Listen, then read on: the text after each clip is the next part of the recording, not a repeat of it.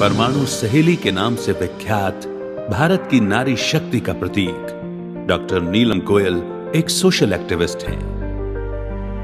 आप atomic power evolution awareness foundation की president हैं। आपको 2022 में ग्रेट पार्लियामेंट अवार्ड से सम्मानित किया गया। आप राजस्थान राज्य की ग्राम पंचायत में 500 जल खेत का निर्माण कर ग्राम पंचायत मॉडल के रूप में विकसित करने का कार्य कर रही हैं। आपने परमाणु ऊर्जा एवं पर्यावरण विषयों पर विभिन्न राज्यों की शैक्षिक संस्थाओं में 10,000 से अधिक सेमिनार, 30 महामहोत्सव, 50 से भी अधिक प्रेस कॉन्फ्रेंसेस और 100 से भी अधिक जागरूकता रैलियां इत्यादि भी की हैं।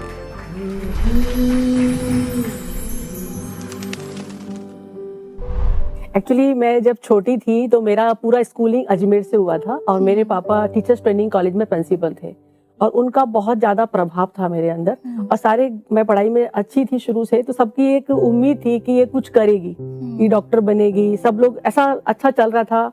और अचानक से जब मैं 10th क्लास में थी, बोर्ड के एग्जाम थे 15 दिन बाद ही, मेरे पापा को हार्ट अटैक हुआ और वो दुनिया से चले गए।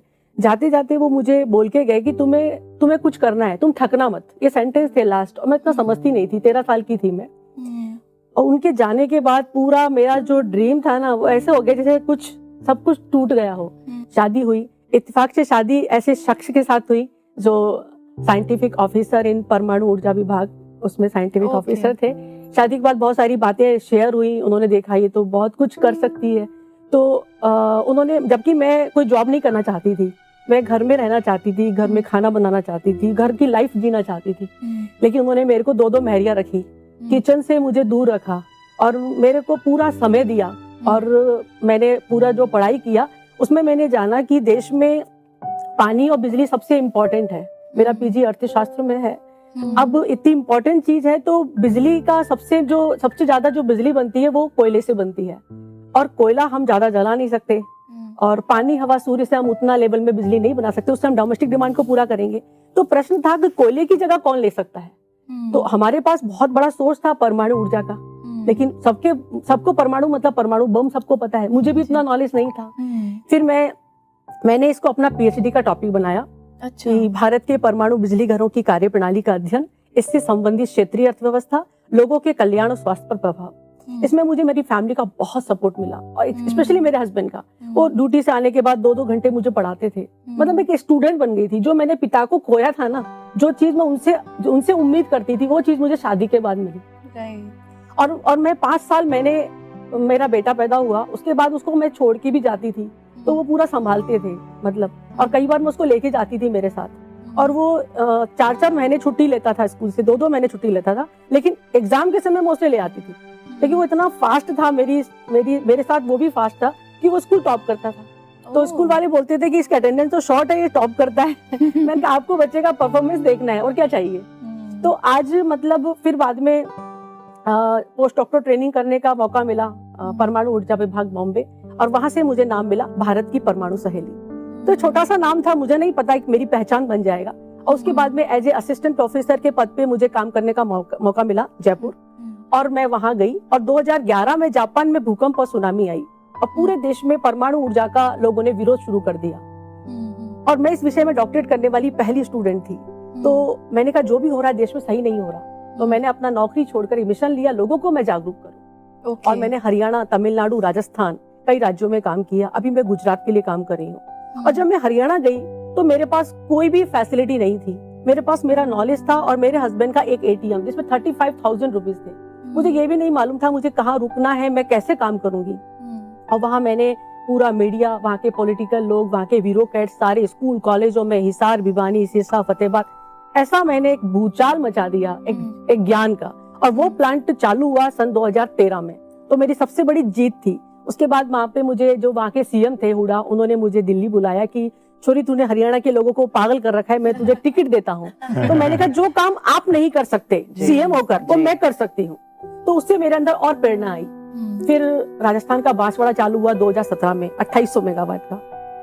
इन बिटवीन मुझे बहुत सारे अवार्ड मिले, नारी तुझे सलाम, नाम करेगी रोशन बेटी, उन्होंने और अंदर मेरे अंदर प्रेरणा मेरे अंदर भरी। और मेरा बेटा जो अभी IIT खड़गपुर से उसने पास आउट किया है, गोल्ड मेडलिस्ट है। तो जब वो 10th क्लास में था सेंट जेवियर्स में, और मैं बाहर फील्ड में रहती थी, तो उन्होंने मुझे चिट्ठी लिखी थी। वो चिट्ठी को मैं पढ़ नहीं पाई थी, इतनी हार्ट टचिंग चिट्ठी कि मैं आपकी ताकत बनूंगा, बहुत ही इमोशनल चिट्ठी है, मेरी मैगजीन में है। मैं उसको पढ़ नहीं पाई थी, 6 बार में मैंने उसको पढ़ा। मैंने कहा ड्राइवर से, मैंने कहा गाड़ी साइड लगा, मुझे बार बार हिचकी ले लेके रोना आ रहा था। और आज वो 23 प्लस का हो गया है, और आज रियल में वो मेरी शक्ति बन गया है। उसको कई ऑफर थे बाहर, अमेरिका से ऑफर थे, लेकिन नहीं गया। और आज प्रधानमंत्री एडवाइजरी कमेटी का यंगेस्ट सदस्य है, और पूरे राजस्थान को पानी की समस्या से मुक्त करने का काम वो कर रहा है। तो ये बहुत बड़ी ताकत, जो कहते हैं ना कि कौन आपको इंस्पायर कर रहा है, तो मेरे पापा ने मेरे अंदर एक मोटिवेशन बना, और मेरी असली ताकत बने मेरे हस्बैंड, जो मेरे मतलब लाइफ पार्टनर, जिनके साथ मैं उतना वक्त नहीं गुजार पाती हूँ। आज पूरे 10 साल हो गए मुझे इस यात्रा के अंदर। 90% मुझे घर से बाहर ही रहना होता है। और मेरे बेटे को मैंने बड़ा होते होते नहीं देखा, तो उसके दाढ़ी मूंछ छाई ऐसा होता है ना तो वो वक्त मैंने खोया है। तो मुझे ना, मैं जब भी उससे बात करती थी ना, मुझे बहुत रोना आता था। तो आज मैं उससे बात करती हूँ ना कभी भी, तो मुझे मतलब एक फीलिंग होता है, लेकिन मुझे शक्ति देता है बहुत ज्यादा। राइट। तो अभी मैंने पूरे गुजरात और राजस्थान 2 राज्यों को लिया है, और मैं पानी और बिजली के क्षेत्र में भारत को आत्मनिर्भर बना पाए व्यवस्थाओं में, उसमें लिए काम कर रही हूँ। और मैंने 3 करोड़ लोगों को जागरूक करने का बीड़ा उठाया है।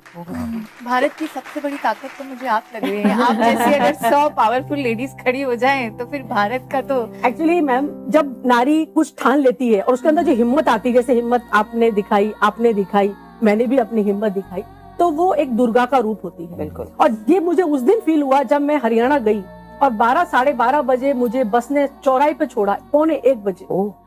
मैं अकेली थी, मेरे हाथ में सूटकेस था, मुझे नहीं मालूम मुझे कहाँ जाना है। और उस दिन मुझे ऐसा महसूस हुआ कि मैं मतलब ऐसे पागल हो गई हूँ, रात दिन सुबह शाम सर्दी बारिश कुछ नहीं दिख रहा, और एक मिशन लेके मैं चल रही हूँ। तो उस दिन मेरे अंदर एहसास हुआ कि मैं एक दुर्गा का रूप बन गई हूँ। और उसके बाद में जब आप अपने लोगों को आप जागरूक करने निकल रहे हो, यानी आप ज्ञान को फैला रहे हो, तो आप एक सरस्वती का रूप होती है। और जब आप देश की आय को बढ़ाने का काम कर रहे हो किसी भी रूप में, तो उसमें आप लक्ष्मी हो। तो नारी बहुत बड़ी ताकत है, बस उसे ठानना है कि मैं कुछ कर सकती हूँ। तो ये बहुत बड़ी बात है। I think this is a great ingredient influencing का है। आपने कहा अपने शक्ति जागृत की, लक्ष्मी की, दुर्गा की, सरस्वती की। I think this is one of the biggest qualities.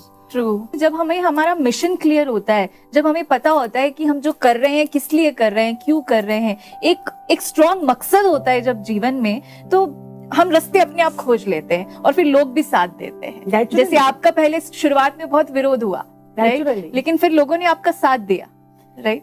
In fact जब हम सोचते हैं ना कि ये जो लाभ होने वाला है वो सभी के लिए है, तो उसमें ऐसे ऐसे रास्ते बनते हैं। क्योंकि मैं तो रियली सबसे पहले अप्रिशिएट करूंगा कि आपके हस्बैंड का वो सोर्स बने, आपको इमीडिएटली आपके उसको पहचाना कि आपको किचन से दूर किया। उन्होंने देखा आपके अंदर वो टैलेंट है, आप बहुत फॉर्चुनेट है, और ग्रेटिट्यूड की उन्होंने रिकॉग्नाइज किया और आपको सपोर्ट किया। एक